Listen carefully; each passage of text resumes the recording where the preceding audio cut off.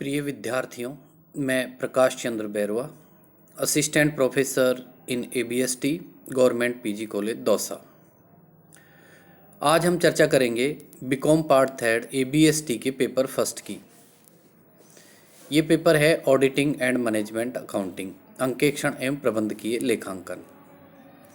इसमें आज हम चर्चा कर रहे हैं कि आंतरिक निरीक्षण के संबंध में वैधानिक अंकेक्षक की क्या स्थिति होती है।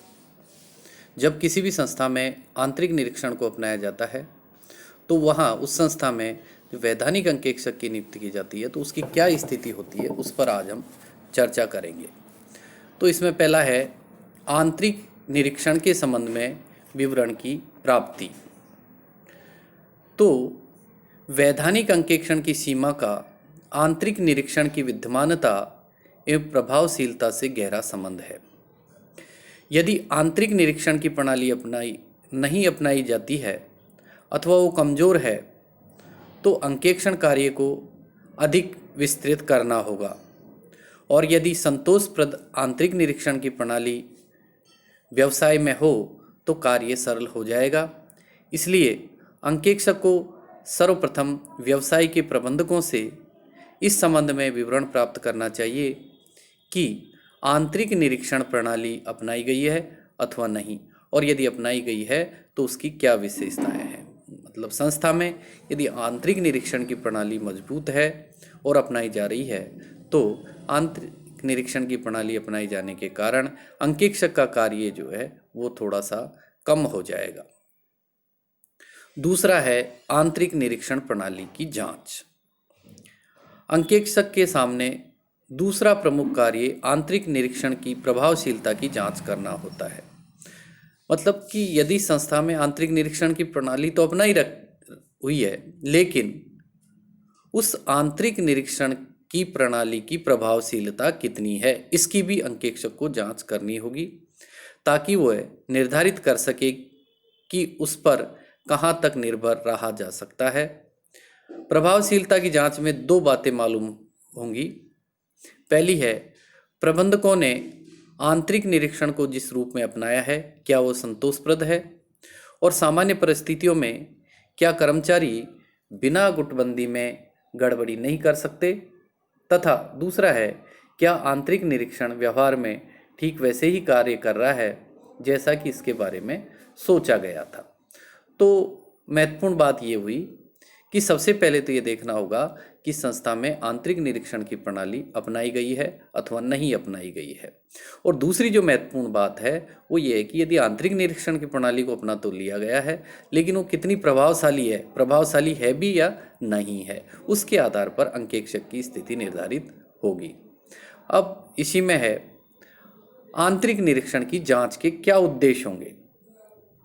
तो इसमें वैधानिक अंकेक्षक आंतरिक निरीक्षण की जांच की पूर्ति निम्न उद्देश्यों के लिए करता है। पहला उद्देश्य है लेखे की सत्यता का ज्ञान।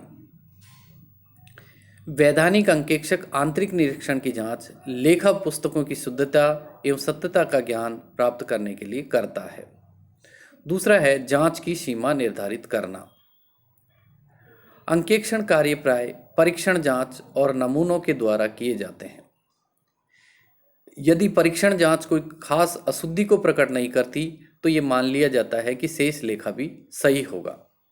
नमूने के रूप में कितने व्यवहारों की जांच की जाए ये आंतरिक निरीक्षण की प्रणाली पर निर्भर करता है। तीसरा उद्देश्य है जांच की किस्म निर्धारित करना। व्यवहारों की जांच कितनी गहराई तक की जाए ये भी आंतरिक निरीक्षण प्रणाली पर निर्भर करता है। यदि प्रणाली संतोषप्रद नहीं है तो व्यवहारों की जांच कई प्रकार के प्रमाणकों द्वारा की जाएगी। और चौथा उद्देश्य है छल कपट एवं अशुद्धियों के अवसर मालूम करना। आंतरिक निरीक्षण की इसलिए भी जांच की जाती है ताकि ये ज्ञात हो सके कि छल कपट व अशुद्धियों की संभावना कहाँ कहाँ है। और पांचवा है प्रबंधकों को सलाह देना। आंतरिक निरीक्षण जांच का ये भी उद्देश्य है कि उसकी पर्याप्तता के संबंध में प्रशासन को सुझाव दिए जा सके। तो ये जो बिंदु थे वो थे आंतरिक निरीक्षण की जांच के उद्देश्य। और अब हम चर्चा करेंगे आंतरिक निरीक्षण की जांच के तरीके क्या क्या हो सकते हैं। तो आंतरिक निरीक्षण की जांच करने से पूर्व जो प्रचलित तरीके हैं उनको अपनाया जाना चाहिए और उनमें से हम निम्न को महत्वपूर्ण मान सकते हैं, जिसमें पहला है परीक्षात्मक जांच। यदि अंकेक्षक कार्य प्रारंभ करने से पूर्व विस्तार से आंतरिक निरीक्षण की जांच करता है तो उसे इसी कार्य में बहुत समय लग जाएगा। इसलिए आंतरिक निरीक्षण की जांच का कार्य सही एवं विस्तृत रूप में तो हिसाब किताब की जांच के साथ साथ ही चलता रहता है। पहले अंकेक्षक इसकी प्रारंभिक जांच करता है। ये संक्षिप्त जांच होती है और कंपनी के कार्यकर्ताओं से प्रश्न पूछकर, सामान्यतः निरीक्षण करके और लेखाक्रम की प्रक्रिया को सरसरी निगाह से देखकर इसे किया जाता है। इसके द्वारा लेखे की जांच का प्रारंभिक क्षेत्र भी निर्धारित किया जाता है। तो ये पहला तरीका है परीक्षात्मक जांच। आंतरिक निरीक्षण की जांच का दूसरा तरीका है आंतरिक नियंत्रण प्रश्नमाला। आंतरिक नियंत्रण के विभिन्न पहलुओं के संबंध में अलग अलग प्रश्नमाला तथा एक सामान्य प्रश्नमाला तैयार की जानी चाहिए। इन्हें अंकेक्षक अपने कर्मचारियों को देगा। वे लोग इसमें प्रश्नों का जवाब अपना कार्य करते समय लिखते रहेंगे। प्रश्न इस प्रकार के होने चाहिए कि जवाब हाँ या ना में दिए जा सकें। एक अच्छी प्रश्नमाला में ये गुण होना चाहिए कि आंतरिक निरीक्षण प्रणाली की छोटी और बड़ी कमजोरियों को भी प्रकट कर सके। आंतरिक निरीक्षण की जांच के तरीके में तीसरा है पूछताछ। अंकेक्षक समय समय पर अपने कार्य के दौरान व्यवसाय के प्रबंधकों एवं कर्मचारियों से कई विषयों पर पूछताछ करता रहता है। उनके द्वारा दिए गए स्पष्टीकरण के आधार पर भी आंतरिक निरीक्षण की प्रभावशीलता एवं पर्याप्तता की जांच की जाती है। आंतरिक निरीक्षण की जांच का चौथा तरीका है भौतिक निरीक्षण। इसमें अंकेक्षक अपना कार्य करते समय कभी कभी व्यवसाय के कर्मचारियों को भी कार्य करते हुए देखता रहता है। ये जानने की कोशिश करता है कि आंतरिक निरीक्षण ठीक है अथवा नहीं है। अर्थात अंकेक्षक स्वयं संस्थान में भौतिक रूप से उपस्थित रह करके कर्मचारियों द्वारा किए गए कार्य की जांच करता रहता है और उसे देखता रहता है। पांचवा तरीका है प्रपत्रों और लेखों की जांच। लेखे से संबंधित प्रपत्रों एवं अन्य रिकॉर्ड की जांच करके भी आंतरिक निरीक्षण की जांच की जाती है। जैसे यदि कोई प्रपत्र अधिकारी द्वारा अधिकृत होना आंतरिक निरीक्षण का एक अंग है, तो अंकेक्षक ये देखेगा कि उस श्रेणी के प्रपत्रों पर उस अधिकारी के हस्ताक्षर हैं अथवा नहीं है। छठा तरीका है आंतरिक निरीक्षण की जांच का स्मरण पत्र और चार्ट्स। अंकेक्षक को ये चाहिए कि वह व्यवहारों के लेखे के संबंध में चार्ट बनावे जो प्रत्येक प्रकार के व्यवहारों की प्रक्रिया को बता सके। इसके द्वारा भी आंतरिक निरीक्षण की कमजोरी का ज्ञान हो सकता है। इस प्रकार अंकेक्षक आंतरिक निरीक्षण के संबंध में प्रारंभिक जांच करके अपना कार्य प्रारंभ कर देता है और फिर अपने कार्य के दौरान भी इसकी जांच को जारी रखता है। और जैसे जैसे आंतरिक निरीक्षण के संबंध में जानकारी मिलती जाती है वह अपने कार्य के क्षेत्र को उसी प्रकार बढ़ाता और घटाता रहता है, बढ़ाता घटाता रहता है। बढ़ा भी सकता है और घटा भी सकता है। जैसी जैसी उसको जानकारी मिलती है उसके अनुसार वो अपने कार्य को बढ़ा सकता है और घटा भी सकता है।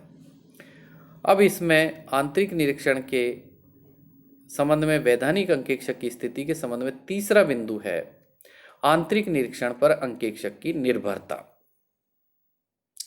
कि अंकेक्षक आंतरिक निरीक्षण पर कितना निर्भर रह सकता है। आंतरिक निरीक्षण की जांच के आधार पर अंकेक्षक ये निश्चित करेगा कि यह संतोषप्रद है अथवा नहीं। यदि वह इसे संतोषप्रद मानता है तो वह इस पर भरोसा कर सकता है और ये मान सकता है कि हिसाब किताब बहुत कुछ सही है। आंतरिक निरीक्षण की संतोषप्रद प्रणाली का एक बड़ी कंपनी में तो पाई जा सकती है, लेकिन छोटे व्यवसाय में मुश्किल से पाई जाएगी। ऐसे व्यवसाय में अंकेक्षण को सभी व्यवहारों की जांच करनी चाहिए। अंकेक्षक की जांच का स्वभाव एवं सीमा आंतरिक निरीक्षण की दृढ़ता एवं कमजोरी पर निर्भर करता है, लेकिन साथ ही साथ उन व्यवहारों के स्वभाव पर भी निर्भर करता है जिनकी वह जांच करता है। जैसे रोकड़ बही की जांच विस्तार से होनी चाहिए, भले ही आंतरिक निरीक्षण की प्रणाली संतोषप्रद क्यों न हो। यदि उस संस्थान में आंतरिक निरीक्षण प्रणाली को अपनाया गया है और वो संतोषप्रद है, तो भी कुछ व्यवहारों को उसे गहनता से जांच करनी चाहिए, जैसे कि रोकड़ बही की जांच। यदि अंकेक्षक आंतरिक निरीक्षण की प्रथा को इतनी पर्याप्त नहीं समझता है कि लेखा कार्य बिल्कुल सही हो, तो उसे अपना जांच कार्य काफ़ी विस्तार से करना होगा। कहीं कहीं अंकेक्षक आंतरिक निरीक्षण प्रथा को इतना अधिक अपर्याप्त पाता है कि यदि व्यवसाय के प्रत्येक व्यवहार की पूर्ण जांच की जाए, तो भी वह लेखे की शुद्धता एवं औचित्य के संबंध में अपनी राय कायम करने की स्थिति में नहीं होता है। इस स्थिति में उचित यह है कि अंकेक्षक व्यवसाय के मालिक को अपनी रिपोर्ट में ये तथ्य लिख दे। यदि अंकेक्षक संपूर्ण व्यवहारों की जांच न करके नमूने के आधार पर जांच करता है और जांच के समय उसे कोई अशुद्धि नजर आती है जिसमें लेखे की सच्चाई के बारे में संदेह हो, तो ये बता सकता है कि संपूर्ण लेखे सही हैं अथवा नहीं। लेकिन यदि जरा भी संदेह की गुंजाइश हो, तो अंकेक्षक को उसी क्षेत्र में गहराई तक अपनी जांच करनी चाहिए। यदि भविष्य में ये ज्ञात होता है कि कोई कपट इसलिए किया गया है कि अंकेक्षक ने सब व्यवहारों की जांच नहीं की, तो अंकेक्षक को इसके लिए उत्तरदायी भी ठहराया जा सकता है। आंतरिक निरीक्षण की एक अच्छी प्रणाली अंकेक्षक के कार्य को कम करती है, लेकिन उसके उत्तरदायित्व को कम नहीं करती है। अंकेक्षक किस सीमा तक आंतरिक निरीक्षण पर निर्भर करे, ये उस व्यवसाय विशेष की परिस्थितियों पर निर्भर करता है और अंकेक्षक की सफलता, उसकी कुशलता, उसकी चतुराई, अनुभव, उसकी निर्णय लेने की क्षमता आदि पर निर्भर करता है। चौथा है आंतरिक निरीक्षण के संबंध में वैधानिक अंकेक्षक की स्थिति के संबंध में चौथा बिंदु है अंतर्राष्ट्रीय अंकेक्षण तथा आश्वासन मानक मंडल के विचार। अंतर्राष्ट्रीय अंकेक्षण तथा आश्वासन मानक मंडल ने आंतरिक निरीक्षण के संबंध में अंकेक्षक की स्थिति पर निम्नलिखित विचार प्रस्तुत किए हैं, जिसमें पहला है अंकेक्षक को आंतरिक नियंत्रण की विश्वसनीयता निर्धारित करने के लिए उसका अध्ययन और मूल्यांकन करना चाहिए।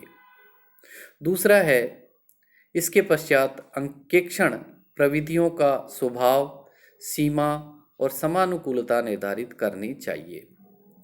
तीसरा है अंकेक्षक को देखना चाहिए कि जिस आंतरिक नियंत्रण पर वह विश्वास कर रहा है वह पूरे समय में प्रभावशील रही है अथवा नहीं है। चौथा है यदि अंकेक्षक इस निष्कर्ष पर पहुंचता है कि वह आंतरिक नियंत्रण पर विश्वास कर सकता है, तो उसके द्वारा अपनाई जाने वाली अंकेक्षण प्रक्रिया सामान्यतः कम विस्तृत होंगी। और पांचवा है जहां आंतरिक नियंत्रण पर विश्वास नहीं किया जा सकता, वहां पर्याप्त अंकेक्षण प्रक्रिया के अपनाए जाने पर जोर दिया जाना चाहिए। तो इस प्रकार जिन संस्थाओं में आंतरिक निरीक्षण अपनाई जाती है वहाँ पर अंकेक्षक की क्या वैधानिक स्थिति होगी, उसके संबंध में आज हमने ये चर्चा की। आज के लिए ये इतना। धन्यवाद सभी का।